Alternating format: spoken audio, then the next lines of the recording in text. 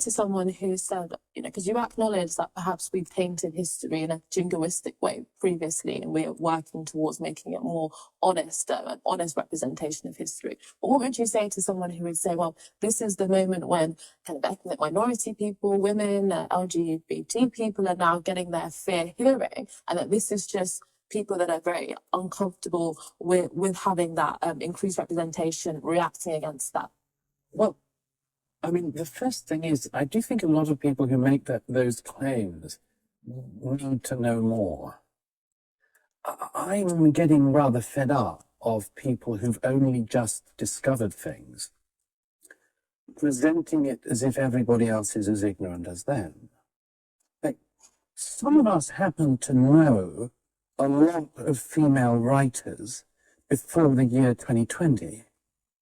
Some of us can think of an awful lot of very talented and brilliant black figures from before today. Some of us happen to know that there have been very prominent gay figures who existed before 2020. And I'm sort of startled at how much people give themselves away when they present it as if this is all new. Now, is it true that certain figures and certain voices were not heard as much in the past? Sure, but you can play that game almost irreducibly. And by the way, another thing worth pointing out about it, there are a lot of lines we don't play that a lot now. For instance, you can very easily say that the history of literature and politics has to a considerable degree underrepresented the working class. You can see that in almost every country. Let's go a little further down that road. You can certainly say that people who are illiterate have been not well represented throughout history, or people born to the worst imaginable circumstances, irrespective of any other issue, have been poorly represented in literature, government, and so on. There are lots of ways in which we could do this. Now, the way in which we've decided to focus on it, for all sorts of reasons at the moment, is let's focus on it on gender, race, and sexuality. But, I mean, history was a mess for almost everyone.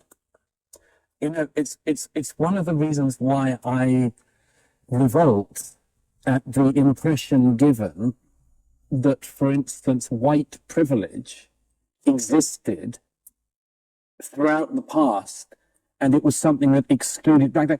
Most people in this country did not have an easy 14th century or 15th century or any other century up to the present. You know, you only have to go 2 generations back to people who, you know, didn't have basic sanitation in this country. In our own lifetimes, 1 in 5 people were leaving British schools functionally illiterate. So there's a lot of problems we can identify. And I'm not minimizing any group sufferings in that. We need to have this understanding in the round. And I worry that we are focusing on specific parts of it. And furthermore, we're focusing on specific parts of it without solving it. I mean, you must feel this as well. Our society at the moment is like the Eye of Sauron. We go on to things, we focus on them, but we make them worse. You know, I wouldn't mind if all of this was simply bringing out voices that have been not heard enough from the past. And by the way, so there's an academic point to make on this. This was originally the point in black studies, gay studies, and women's studies. The original idea is a pretty good one as an academic discipline. It's to say, in the past, there were, I think George Eliot. Mm-hmm. There's a reason why George Eliot had to write under that name.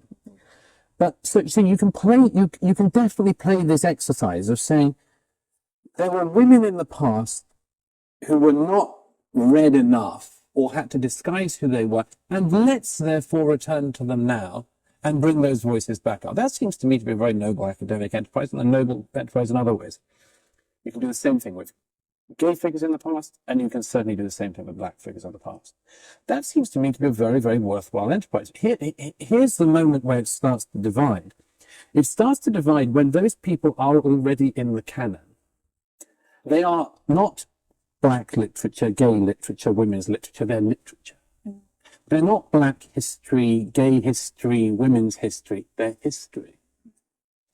And one thing is, and I focus on this in the studies thing, because it's so interesting that what has ended up happening, instead of allowing these figures to become part of that and remain part of that, they suddenly are back to being in the special interest shelf.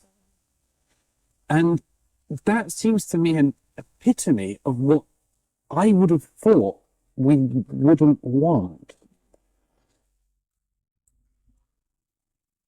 That they believe, for instance, that being a woman should be merely the first step in a wider mission to bring down capitalism. Now, I don't think most women are on board with that, and most women would be rather surprised to be utilized in this fashion. But that is very clearly and explicitly, and I quote the various scholars and writers who've been pushing this for years, this is explicitly the aim. It's a basis for madness. When people say the gay community, who are you talking about? It's like, women think this. Oh, really? 50% of the species all agree on something. Blacks say this. Really? Now, this is, let me put it another way. If somebody said, I know, I just love the working class. Who? Yeah. I just love the middle class. Who? I love the upper class. Who are you talking about? And it's the same. Why would we be falling for this interpretation of society as depending solely or primarily on interest groups based on gender/sex, sexual orientation, race, and a bit more? Why would we be doing that? Why would we be taking the individualism out of individuals and lumping them in these demonstrably incoherent bodies that don't even exist? They don't even exist.